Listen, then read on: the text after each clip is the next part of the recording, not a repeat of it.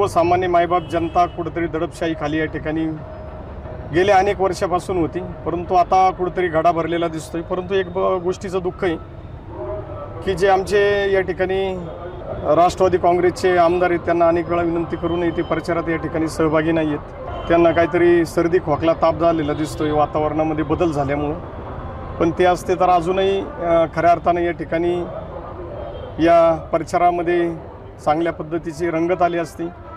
परंतु आता परिस्थिती जर पाहिली तर सर्वसामान्य मायबाप जनतेने ही निवडणूक आपल्या हातात घेतलेली आहे आणि त्यांचा राजकारणाचा जी पद्धत आहे की 2 वर्षात 4 वेळा पक्ष बदलणे, ज्या मायबाप जनतेने त्यांना विकास कामांसाठी या ठिकाणी विश्वासार्हतेच्या माध्यमातून निवडून दिलं, परंतु तो विश्वासघात दरवेळेस होताना या मायबाप जनतेने या ठिकाणी पाहिलेला आहे। त्यांच्या डोळ्यासमोर सगळी उदाहरणं आहेत।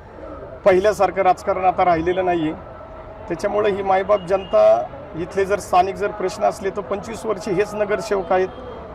आमदार म्हणूनही त्यांना 2 वेळा या परिसरातील मायबाप जनतेने संधी दिली होती, परंतु आता हा सगळा जर खेळ जर पाहिला तो वैयक्तिक स्वार्थासाठी कुटुंबाच्या फायद्यासाठी असताना कुठेतरी पाडतोय। जनता वाऱ्यावर सोडलेली गेल्या 25 वर्षापासून प्रश्न जसेच्या तसे आहेत। पिण्याच्या पाण्याचं तर आपण पाहतोय सगळ्या गोष्टी आहेत। एकीकडे 300 कोटीची संपत्ती या ठिकाणी जाहीर केलेली आहे, दुसरीकडे आपले पाहिलं तर प्रिन्स राजकुमार हे आम्ही कुठल्याही प्रभागात जाऊन निवडून येऊ शकतो। कधी विमाननगरला होते, आता इकडे खराडीच्या भागात आलेत। त्यांचं कार्यच एवढं मोठं आहे की आम्ही घरी बसून राजकारण करू शकतो, निवडून येऊ शकतो। आम्हाला लोकांच्यात जायची काही गरज नाही, लोकांना गरज असेल तर आमच्या घरी येतील। अशा पद्धतीचं कुठंतरी झालेला हा गर्व म्हणू आपण, किंवा या परिसरामध्ये सर्वसामान्य मायबाप जनतेला वेठीस धरणं, त्यांच्यावर दबाव तयार करणं, हा जो काही प्रकार आहे इथून पुढच्या काळामध्ये तो चालणार नाही। निश्चितपणे काही टँकर माफिया असतील किंवा इतर माध्यमातून आपण पाहतो 25 वर्षात कुठल्याही प्रकारचा पाणी पुरवठा या परिसरामध्ये झालेला नाही आहे। अनेक प्रश्न जसेच्या तसे फक्त स्वार्थाचं कुटुंबाचं राजकारण केलं गेलं।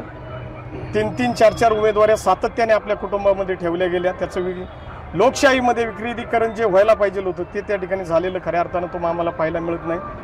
त्याच्यामुळे ह्या वेळेस परिवर्तन हे अटळ शरदचंद्रजी पवार साहेबांची आणि माननीय राष्ट्रवादी काँग्रेस पक्षाचे सर्वेसर्वा अजितदादांच्या या ठिकाणी युतीच्या माध्यमातून तिन्ही आमदारांनी एकत्र असणं फार गरजेचं होतं, परंतु लपाछपीचा डाव चालू आहे।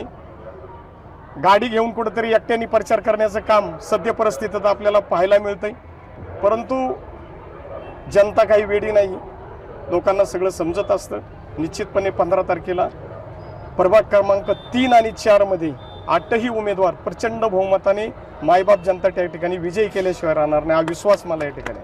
आज राष्ट्रवादी काँग्रेस पार्टी अजितदादा गटाचे अधिकृत उमेदवार म्हणून या ठिकाणी आपल्याला लाभलेले अ गटातनं नानासाहेब आपनावे असतील किंवा ब गटातनं आमच्या उबाळेताई आहेत, त्या पद्धतीने क गटामधनं आपल्याच्या गावच्या दर्शनाताई पठारे आणि ड गटामधनं या ठिकाणी समरजी भाडाळे असे 4 उमेदवार या ठिकाणी आम्ही दिलेले। खरं तर तुम्हाला सर्वांना माहिती आहे खर्डीकरांची अनेक वर्षापासूनची या ठिकाणी इच्छा होती की परिवर्तन व्हावं आणि आज तो दिवस या ठिकाणी आलेला आहे। अनेक लोकांना या ठिकाणी छळलं जातं, कामाला त्रास दिला जातो, ह्याची कल्पना मला वाटतं आपल्या सर्वांना आहे। आणि हे आज उमेदवार आम्ही जवळजवळ सगळ्या भागातले एक उमेदवार म्हणजे एकाच चौकातले एका घरातले न देता आम्ही एक चंदननगरचा, एक गावठाणातला, एक उबाळेनगरचे आणि एक प्रॉपर वाघलीतली, म्हणजे आपल्या जनतेला न्याय मिळावा आणि जनतेला इझिली राष्ट्रवादी काँग्रेस पार्टीचे उमेदवार ॲक्सेसेबल व्हावे ह्या हेतूने आमचे आमदार माऊलीदादा कटके यांनी हे नियोजन केलं आणि त्या पद्धतीने आम्ही दोघांनी मिळून हे उमेदवारी या ठिकाणी आज दिलेली आहे। निश्चितपणे जनता यांना मोठ्या प्रमाणावरती प्रतिसाद देईन याची आम्हाला खात्री आहे।